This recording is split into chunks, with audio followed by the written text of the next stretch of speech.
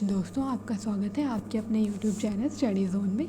तो आज की इस वीडियो में हम पढ़ेंगे न्यायप्रिय नाटक, जो अलबेर कामू का नाटक है, इसका दूसरा अंक। तो चलिए इस नाटक को पढ़ते हैं। तो हम पढ़ेंगे इस नाटक का अंक 2। पहला अंक हम पिछली वीडियो में पढ़ चुके हैं, उसको पढ़ने के लिए आप हमारी पिछली वीडियो देख सकते हैं। और आज की इस वीडियो में हम दूसरा अंक पढ़ने जा रहे हैं। अगले दिन की शाम, वही स्थान, अनानकी कोव खिड़की के पास खड़ा है, दोरा मेज़ के पास है। आनंद कोव वे अपनी जगह आ गए हैं। स्टीफन ने अपनी सिगरेट जलाई है। दोरा, प्रधान ड्यूक यहाँ से किस समय गुजरने वाला है? आनंद कोव, किसी भी क्षण। सुनो, ये कलेश गाड़ी की आवाज़ नहीं है? नहीं। दोरा, बैठ जाओ, धीरज रखो। आनंद को, और वे बम? दोरा, बैठ जाओ, इससे ज़्यादा हम कुछ नहीं कर सकते। आनंद को, कर सकते हैं, उनसे ईर्ष्या कर सकते हैं। दोरा, तुम्हारी जगह यहाँ है, तुम यहाँ प्रधान निर्देशक हो। आनंद को, मैं तो निर्देशक हूँ, परंतु यानेक मुझसे ज़्यादा योग्य है और शायद वह है। दोरा, खतरा सभी के लिए बराबर है, उसमें उसके लिए जो बम फेंकेगा और उसके जो नहीं फेंकेगा। आनंद को, खतरा आखिर में एक सा है, लेकिन इस समय यानेक और एलेक्सेई गोलाबारी कर रहे हैं। मैं जानता हूँ कि मैं उनके साथ नहीं हो सकता, फिर भी कभी कभी मैं डरता हूँ। बहुत आसानी से अपना पार्ट अदा करने को तैयार हो जाने के लिए आखिरकार ये तो बहुत सुविधाजनक है कि कोई आपको बम ना फेंकने के लिए मजबूर करे। दोरा, है भी तो क्या हुआ? खास बात यह है कि तुम अपना काम आखिर तक ध्यान से करो। आनंद को, तुम कितने इत्मीनान से बात कर रही हो? दोरा, इत्मीनान से नहीं, मुझे डर लग रहा है। मैं 3 साल से तुम्हारे साथ हूँ, 2 साल से बम बना रही हूँ। मैंने सब काम पूरा कर लिया और मेरे ख्याल से मैंने कोई भूल नहीं की। आनंद को, सचमुच दोरा? दोरा, और इन 3 साल मैं डरती रही हूँ, एक ऐसा डर जो नींद में भी मुश्किल से छूटता है और जो सुबह फिर लगने लगता है। फिर यह ज़रूरी हो गया है कि मैं इसकी आदी हो जाऊँ। गहन भय के समय मैंने बहुत शांत होना सीख लिया। इसमें कोई अभिमान की बात नहीं है। आनंद को, अभिमान की बात है? मैं किसी भी क्षेत्र में माहिर नहीं हूँ। तुम्हें मालूम है मैं वे बीते दिन कितने याद करता हूँ? तड़क भड़क वाली वो ज़िंदगी, औरतें, हाँ मुझे औरतें बहुत पसंद हैं, शराब और कभी ख़त्म ना होने वाली रातें। दोरा, मुझे यही शक था बरिया, इसीलिए मैं तुम्हें इतना चाहती हूँ। तुम्हारा दिल अभी जिंदा है, चाहे वह अब भी भोग विलास चाहता है, पर इस भयंकर नीरवता से जो कभी कभी चीख का भी दम घोट देती है, कहीं ज़्यादा अच्छा है। आनंद को, यह क्या कह रही हो तुम? ये संभव नहीं है। दोरा, सुनो। अचानक दोरा उठ खड़ी होती है। कलेश गाड़ी की आवाज़ सुनाई देती है और फिर वही सन्नाटा। नहीं, ये वो नहीं है, मेरा दिल धड़क रहा है। देखो तुमने, मैंने अभी तक भी कुछ नहीं सीखा। आनंद को, खिड़की की ओर जाते हुए, वो देखो, स्टीफन कोई संकेत दे रहा है, वह आ गया। दूर से कलेश गाड़ी के चलने की आवाज़ आती है जो निरंतर पास आती जा रही है। अब वह खिड़कियों के नीचे से गुजरी है और फिर धीरे धीरे दूर होती गई। देर तक सब एकदम चुपचाप। कुछ ही क्षणों में वे सब कान लगाते हैं। कितनी देर लग रही है? दोरा बहुत विचलित दिख रही है। दीर्घ खामोशी, फिर दूर से गिरजाघर की घंटियों के बजने की आवाज़ आती है। ये कैसे हो सकता है? यानेक ने बम फेंक दिया होगा। कलेश गाड़ी रंगशाला में पहुंच गई होगी और एलेक्सेई, देखो, स्टीफन उल्टे पैरों रंगशाला की तरफ भाग रहा है। दोरा, उसके ऊपर गिरते हुए यानेक गिरफ्तार हो गया है। वह ज़रूर गिरफ्तार हो गया है, ये पक्की बात है। हमें कुछ करना चाहिए। आनंद को रुको ध्यान से सुनता है। नहीं, सब खत्म हो गया है। दोरा, ये कैसे हुआ? यानी बिना कुछ किए ही गिरफ्तार हो गया? वह तो हर बात के लिए तैयार था। मुझे मालूम है वह जेल जाना चाहता था, मुकदमा लड़ना चाहता था, लेकिन प्रधान ड्यूक को मारने के बाद इस तरह नहीं, नहीं, ऐसे कदापि नहीं। आनंद को बाहर देखते हुए, वाइनोव जल्दी करो। दोरा जल्दी से दरवाज़ा खोल दिया। चेहरा उतरा हुआ है। एलेक्सेई, जल्दी बताओ। वाइनोव, मैं कुछ नहीं जानता। मैं पहले बम का इंतज़ार कर रहा था। मैंने मोड़ पर गाड़ी को घूमते देखा था और फिर कुछ हुआ ही नहीं। मुझे कुछ समझ में नहीं आया। मैंने सोचा कि शायद आखिरी समय में तुमने कुछ रद्दो बदल कर दिया हो। मैं दुविधा में पड़ गया और फिर यहाँ तक भागता आया। आनंद को और यानेक। वाइनोव, मैंने तो उसे देखा ही नहीं। दोरा, वह गिरफ्तार हो गया? आनंद को अब भी बाहर देखते हुए, वो आ गया? सब एकदम चुप है। कल्यायेव अंदर आता है। चेहरा आंसुओं से भीग रहा है। कल्यायेव घबराया हुआ, भाइयों मुझे माफ़ करो, मैं बम नहीं फेंक सका। दोरा उसके पास जाकर उसका हाथ पकड़ लेती है। दोरा, कोई बात नहीं। कल्यायेव, हुआ क्या? दोरा, कल्यायेव से कोई बात नहीं। कभी कभी आखिरी मौके पर हिम्मत टूट जाती है। आनंद को, लेकिन ये कैसे हो सकता है? दोरा, छोड़ो अब उसे, तुम ही अकेले नहीं हो। यानेक, श्वाइज़र भी पहली बार नहीं फेंक सका था। आनंद को, यानेक तुम डर गए? कल्यायेव चौंक कर, डर नहीं, डरने का हक हम में से किसी को नहीं है। पहले से तय किए हुए तरीके से किसी ने दरवाज़ा खटखटाया। आनंदकोव के संकेत देने पर वाइनो बाहर चला जाता है। कल्यायेव बहुत खिन्न है। खामोशी। स्टीफन अंदर आता है। आनंदकोव, अब? स्टीफन, प्रधान ड्यूक की कलेश गाड़ी में बच्चे थे। आनंदकोव, बच्चे? स्टीफन, हाँ, प्रधान ड्यूक का भतीजा और भतीजी। आनंदकोव, ऑर्लोव की खबर के मुताबिक प्रधान ड्यूक को अकेला होना चाहिए था। स्टीफन, प्रधान डचेस भी थी। मेरे ख्याल से ये सब मिलकर हमारे कवि के लिए बहुत ज़्यादा हो गए। सौभाग्य से पुलिस के जासूसों ने कुछ नहीं देखा। आनंद को बहुत धीमी आवाज़ में स्टीफन से बात कर रहा है। सब कल्यायेव की ओर देख रहे हैं, जो कि स्टीफन पर नज़र गड़ाए हुए हैं। कल्यायेव हक्का बक्का, मैंने अंदाज़ा भी नहीं लगाया था। बच्चे, सिर्फ बच्चे? तुमने कभी बच्चे देखे हैं? वो पीड़ा भरी निगाह जिससे वे कभी कभी देखते हैं, मुझसे ये निगाह कभी नहीं देखी जाती। जबकि एक क्षण पहले उस छोटे चौक के कोने में छाया में मैं बहुत खुश था जब कलेश गाड़ी की लालटेन दूर से चमकने लगी। मेरा दिल खुशी से धड़कने लगा। सच कहता हूँ, जैसे जैसे गाड़ी के चलने की आवाज़ बढ़ती जा रही थी, वो और ज़ोर ज़ोर से धड़क रहा था। मैं इस धड़कन को सुन सकता था।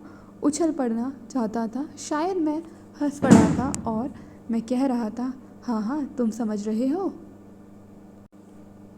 उसने स्टीफन पर से अपनी निगाह हटा ली और अपनी उदासी में डूब गया।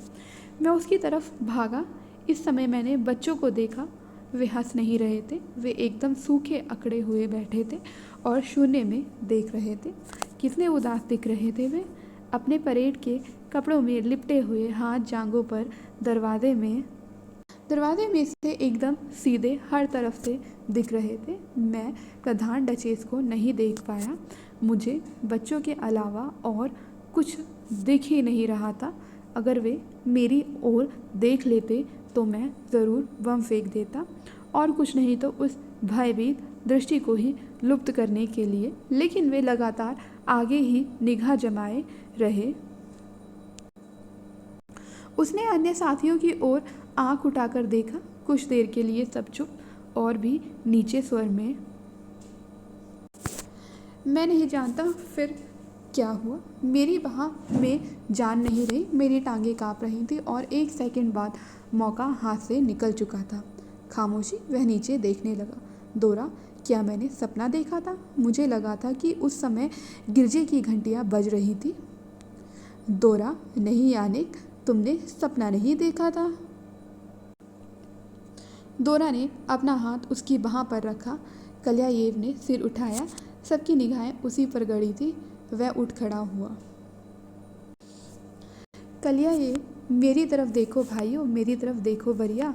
मैं कायर नहीं हूँ, मैं पीछे नहीं हटा। मुझे उनकी उम्मीद नहीं थी। सब कुछ बड़ी जल्दी में हो गया। वे नन्हे से दो आतंकित चेहरे और मेरे हाथ में ये भयानक वज़न। उन्हीं के ऊपर तो यह बम फेंकना था, ऐसे एकदम सीधा। ओह, मैं फेंक नहीं सका। अपनी निगाहें एक से दूसरे पर घुमाते हुए। पहले अपने यहाँ यूक्रेन में जब मैं गाड़ी चलाता था तो हवा से बातें करता था। मुझे किसी बात का डर नहीं था। दुनिया में किसी बात से नहीं डरता था सिवाय किसी बच्चे को गिरा देने के। मैं इसी आशंका की कल्पना करता रहता। वह नाजुक सा सिर अचानक ज़मीन पर पटकी खाता हुआ चुप हो जाता है। मेरी मदद करो। खामोशी। मैं अपनी जान लेना चाहता था। मैं वापस आ गया हूँ क्योंकि मैंने सोचा मुझे आप लोगों को जवाब देना है, क्योंकि आप ही मेरे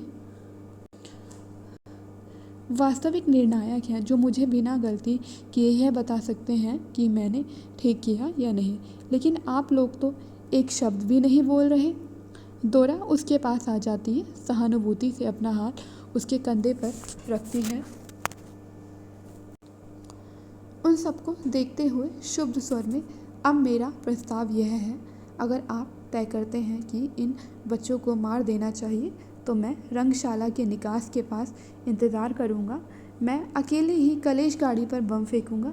मुझे मालूम है कि मैं अपना निशाना चूकूंगा नहीं। आप सिर्फ तय कर दीजिए। समिति के आदेश को पूरा मैं करूंगा। स्टीफन, समिति ने तुम्हें प्रधान ड्यूक को मारने का आदेश दिया था। कल्यायेव, यह सच है, लेकिन उसने मुझे बच्चों की हत्या करने के लिए नहीं कहा था। आनिन को यानिक ठीक कह रहा है, यह अपेक्षित नहीं था। स्टीफन, उसे आदेश का पालन करना चाहिए था। आनिन को यहाँ जिम्मेदार अधिकारी मैं हूँ।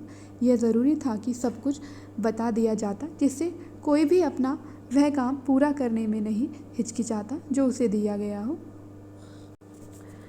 सिर्फ यह निर्णय करना है कि हम यह मौका हाथ से एकदम निकल जाने दें या यानिक को रंगशाला के निकास पर इंतज़ार करने की इजाज़त दें। एलेक्सेई वाइनोव, मैं नहीं जानता। मैं समझता हूँ कि मैं भी वही करता जो यानिक ने किया। मुझे अपने आप पर विश्वास नहीं हो रहा। और भी धीमे स्वर में मेरे हाथ काँप रहे हैं। आनिन को दोरा आवेशपूर्ण स्वर में, मैं भी रुक जाती यानिक की तरह। क्या मैं औरों को वह सलाह दे सकती हूँ जो मैं खुद नहीं निभा सकती? स्टीफन, क्या आप लोग अंदाज़ा लगा पा रहे हैं कि यह निर्णय क्या मायने रखता है? 2 महीने निगरानी की, बड़े बड़े जोखिम उठाए और उनसे बचे। अब ये 2 महीने हमेशा के लिए खो दें। एगोर बिना किसी बात के गिरफ्तार हुआ। रिकोव बिना वजह फांसी चढ़ा और अब फिर नए सिरे से शुरू करें। दोबारा इसी तरह का अनुकूल मौका मिलने से पहले फिर से छल कपट और निरंतर बेचैनी से भरे लंबे सप्ताह जागते हुए गुजारें। तुम लोग क्या पागल हो गए हो? आनिनकोव, तुम अच्छी तरह जानते हो कि 2 दिनों के अंदर प्रधान ड्यूक फिर से रंगशाला जाएंगे। स्टीफन, वही 2 दिन जब हमारे पकड़े जाने का डर है, तुम्ही ने खुद कहा था। कल्यायेव, मैं जा रहा हूँ। दोरा, रुको स्टीफन से। स्टीफन, क्या तुम आंखें खोलकर एक बच्चे पर सीधा निशाना लगाकर गोली चला सकते हो? स्टीफन, मैं चला सकता था अगर समिति ने यह आदेश दिया होता। दोरा, फिर तुमने आंखें क्यों बंद कर ली? स्टीफन, मैंने आंखें बंद कर ली? दोरा, हाँ। स्टीफन, ठीक है, वह इसीलिए कि मौके का बेहतर अंदाज़ा लगाया जा सके और उद्देश्य को भली प्रकार से समझकर मुकाबला किया जा सके। दोरा, तो आंखें खोलो और यह समझ लो कि समिति की शक्ति और प्रभाव कम हो जाएंगे अगर अब इसने एक क्षण को भी ये गवारा किया कि बच्चों को हमारे बमों से टुकड़े टुकड़े किया जा सकता है। स्टीफन, मेरे पास इस निरर्थक बातों के लिए उदारता नहीं है। जिस दिन हम बच्चों को ध्यान से निकाल देने का निश्चय कर लेंगे उसी दिन हम दुनिया के मालिक बन जाएंगे और क्रांति कामयाब हो जाएगी। दोरा, उस दिन समूची मानव जाति क्रांति से नफरत करेगी। स्टीफन, क्या फ़र्क पड़ता है अगर हम इसे इतनी गहराई से चाहते हो कि समस्त मानवता पर आरोपित करें और इसे अपने आप से और अपनी दास्ता से बचाएं। दोरा, और अगर समूची मानवता क्रांति को अस्वीकार कर दे और अगर आम जनता जिसके लिए तुम संघर्ष कर रहे हो बच्चों का मारा जाना अस्वीकार कर दे, क्या उस पर भी वार करना ज़रूरी होगा? स्टीफन, हाँ, अगर ज़रूरत पड़ी तो सिर्फ तब तक जब तक कि लोग यह ना समझ जाएं कि मुझे भी जनता से प्यार है। दोरा, प्यार का रूप ऐसा नहीं होता। स्टीफन, ये कौन कहता है? दोरा, मैं दोरा। स्टीफन, तुम एक स्त्री हो और तुमने अपने मन में प्यार की दुख भरी धारणा बना रखी है। दोरा उत्तेजित होकर, लेकिन शर्म क्या होती है? इसकी धारणा मेरे मन में एकदम ठीक है। स्टीफन, मुझे अपने आप से शर्म सिर्फ एक बार आई थी और वह भी औरों की गलतियों के कारण जब मुझे कोड़े पड़े थे। इसीलिए कि मुझे कोड़े पड़े थे। चाबुक, जानती हो ये क्या होता है? वेरा मेरे पास थी और उसने इसके विरोध में आत्महत्या कर ली थी। मैं अभी तक जी रहा हूँ। अब भला मुझे किस बात से शर्म आएगी? आनंद को, स्टीफन, यहाँ सभी लोग तुम्हें चाहते हैं और तुम्हारी इज्जत करते हैं, लेकिन कारण चाहे तुम्हारे कुछ भी हो, मैं तुम्हें हर बात कहने की खुली छूट नहीं दूंगा। हमारे सैकड़ों भाई मर चुके हैं ताकि दुनिया यह समझ सके कि मनमानी नहीं हो सकती। स्टीफन, वह कुछ भी निश्चित नहीं है जो हमारी लक्ष्य पूर्ति में काम आता है। आनंद को गुस्से से, क्या यह उचित है कि पुलिस के साथ मिल जाओ और दोहरा खेल खेलो जैसा कि इवनो ने कहा था? क्या तुम करोगे ऐसा? स्टीफन, हाँ, अगर ज़रूरी हुआ तो। आनंद को उठते हुए, स्टीफन, जो तुमने अभी कहा है हम तुम्हारे अब तक साथ रहकर किए गए कामों के लिए भूल जाएंगे। यह तुम हमेशा याद रखना। इस समय यह समझना ज़रूरी है कि अभी कुछ ही देर में हम उन 2 बच्चों पर बम फेंकेंगे। स्टीफन, बच्चे, तुम्हारे मुंह पर सिर्फ यही एक शब्द है, यानी कि तुम लोग कुछ समझते ही नहीं, क्योंकि यानीक इन 2 बच्चों को नहीं मार सका। हज़ारों और रूसी बच्चे आने वाले सालों में भूख से मरेंगे। तुमने कभी बच्चों को भूख से मरते देखा है? मैंने तो देखा है, और बम विस्फोट से मरना इस मौत की अपेक्षा एक परमानंद है। लेकिन यानीक ने उन्हें नहीं देखा। उसने तो सिर्फ प्रधान ड्यूक के ये 2 करतब दिखाने वाले कुत्ते देखे हैं। इसका मतलब क्या तुम इंसान नहीं हो? क्या तुम सिर्फ वर्तमान के ही एक क्षण में जीते हो? ठीक है, तो रहम का सहारा लो और हर दिन की तकलीफ़ों से मुक्त होते रहो, ना कि क्रांति का सहारा जो कि सभी वर्तमान और आने वाली आपदाओं से मुक्त कराना चाहती है। दोरा, यानीक ने प्रधान ड्यूक की हत्या करना स्वीकार किया क्योंकि उसकी मौत से शायद वह दिन निकट आ जाए जब रूसी बच्चे भूख से नहीं मरेंगे। यह पहले ही आसान बात नहीं है, लेकिन प्रधान ड्यूक के 2 भतीजों की मौत किसी भी बच्चे को भूख से मरने से नहीं रोक सकेगी। विनाश के भी कुछ नियम होते हैं, सीमाएं होती हैं। स्टीफन, अत्यंत क्रोध में कोई सीमाएं नहीं होती। सच तो यह है कि तुम लोगों को क्रांति में विश्वास ही नहीं है। सब उठ जाते हैं सिवाय यानीक के। तुम उसमें विश्वास नहीं करते।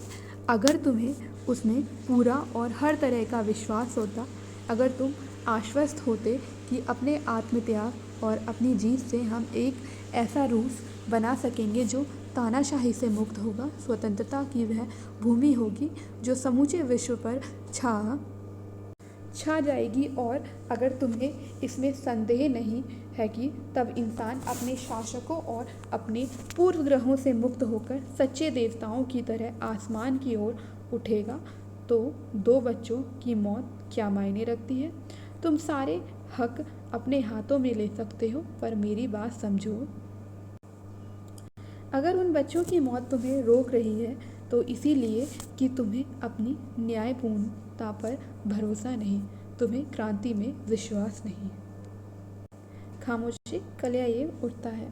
कलियाएव, स्टीफन, मैं अपने ऊपर लज्जित हूँ, लेकिन फिर भी तुम्हें और आगे नहीं बढ़ने दे सकता।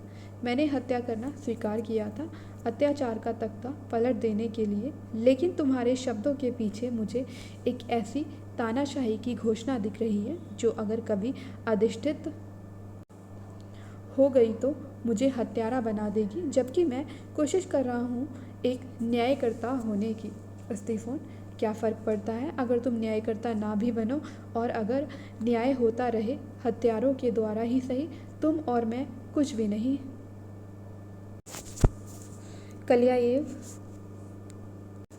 कलियाएव, हम लोग कुछ तो हैं, और तुम यह अच्छी तरह जानते हो, क्योंकि तुम आज भी अपने गरूर के नाम पर ही इतना बोल रहे हो। स्टीफन, मेरा गरूर सिर्फ मुझसे मतलब रखता है, लेकिन इंसान का गरूर, उसकी बगावत, वह अन्याय जिसमें वे जीते हैं, यह हम सबकी जिम्मेदारी है। कलियाएव, इंसान सिर्फ न्याय से ही तो हो नहीं जीता।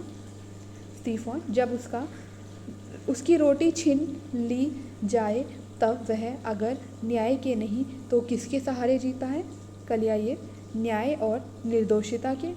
स्टीफन, निर्दोषिता, मैं शायद इसे जानता हूँ, लेकिन मैंने इसे भूल जाना पसंद किया है और इन हज़ारों लोगों से भी इसे भुलवा दिया है, ताकि एक दिन इसका महत्व और बढ़ जाए। कलियाएव, तो उस हर बात का प्रतिरोध करने के लिए जिसके सहारे इंसान जीने के लिए राज़ी होता है, इस एक दिन के आगमन पर पूरी तरह भरोसा होना चाहिए।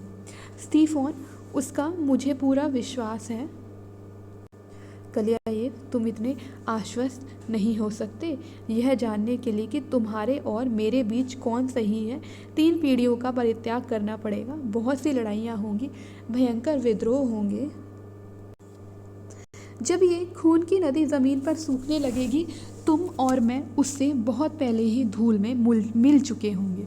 स्टीफन, तब कुछ और पैदा हो जाएंगे और उनका मैं ऐसे ही अभिवादन करूँगा जैसे मेरे भाई हो।